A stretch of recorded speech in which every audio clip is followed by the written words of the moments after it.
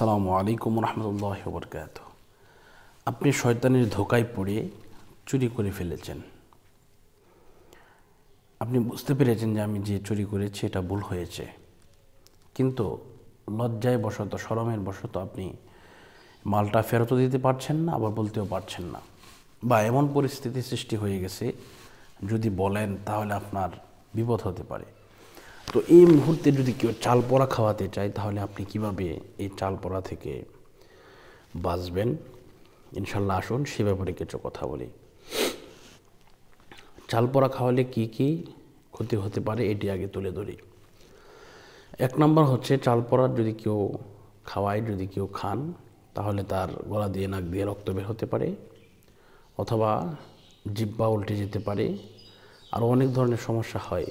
এটি আমার চোখের দেখা, আমরা দিই এগুলা। তো এটা থেকে বাঁচতে হলে আপনাকে কি করতে হবে এটি জানা দরকার। তো প্রথমত হচ্ছে তওবা করতে হবে। তওবা কি? আস্তাগফিরুল্লাহ রাব্বি মিন কুল্লি যামবি ওয়া আতুবু ইলাইহি লা হাওলা ওয়ালা কুওয়াতা ইল্লা বিল্লাহিল আলিয়্যিল আযীম। এই তওবা করতে হবে। এবং পাশাপাশি আরও আয়না পড়া আছে, রুটি পড়া আছে, কলসি পড়া আছে, বিভিন্ন ধরনের পড়া থাকতে পারে, থাকে। তো এজন্য এই সমস্ত পড়া থেকে বাঁচার জন্য কিন্তু তওবা করলে হয় না, তদবিরও লাগে। তো ইনশাল্লাহ আমি তদবির করে দিতে পারবো। আলহামদুলিল্লাহ, আমার মাধ্যমে বহু মানুষ তওবা করে এই চুরির পথ থেকে ফিরে এসেছে আলহামদুলিল্লাহ। তো আমার সাথে যারা যোগাযোগ করতে চান, ইনশাল্লাহ আমার সাথে যোগাযোগ করবেন, তাহলে ইনশাল্লাহ আপনাদের মনের আশা কবুল হবে এবং আপনারা তওবার মাধ্যমে, তওবাতুন নাসুহার মাধ্যমে আপনারা এই বিষয় থেকে আপনারা হেফাজতে থাকতে পারবেন। আমি হচ্ছে ওসিলা হেফাজত করার মালিক আল্লাহ।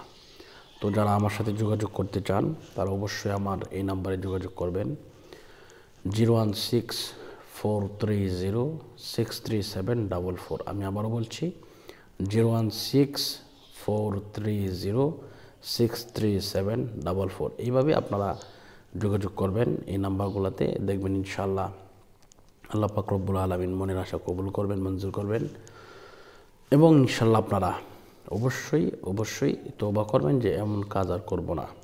তো এই তদবিরটা কি? তদবিরটা হচ্ছে, এটি আপনারা বুঝবেন না। এটা তদবির দেওয়ার জন্য নাম দিতে হবে, আপনার নাম দিতে হবে, আপনার পিতা অথবা স্বামীর নাম দিতে হবে, আর যে জায়গায় এই ঘটনা ঘটেছে এই ঘটনার জায়গার ঠিকানাটা দিতে হবে। তাহলে ওই জায়গায় এভাবে আমরা এই ঠিকানা অনুযায়ী আমরা কাজ করে দিলে ইনশাল্লাহ আর কোনো কিছু হবে না। তো আল্লাহ পাক আমাদের সকলকে হেফাজত করুন। আজকের মতো এই পর্যন্তই বিদায় নিচ্ছি। আসসালামু আলাইকুম রহমতুল্লাহি ওয়া বারাকাতুহু।